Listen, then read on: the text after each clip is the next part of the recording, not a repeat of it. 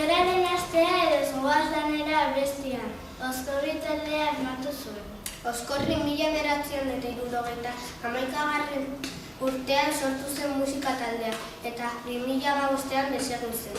Disko pila bat kaleratu zituzten, 29 konkretuki. Beraien abesti ezagunenak, Aita semeak, Furra eta Gora beti eta bar dira. Orain abestiaren dantza egingo dizuegu, espero dugu gustatzea.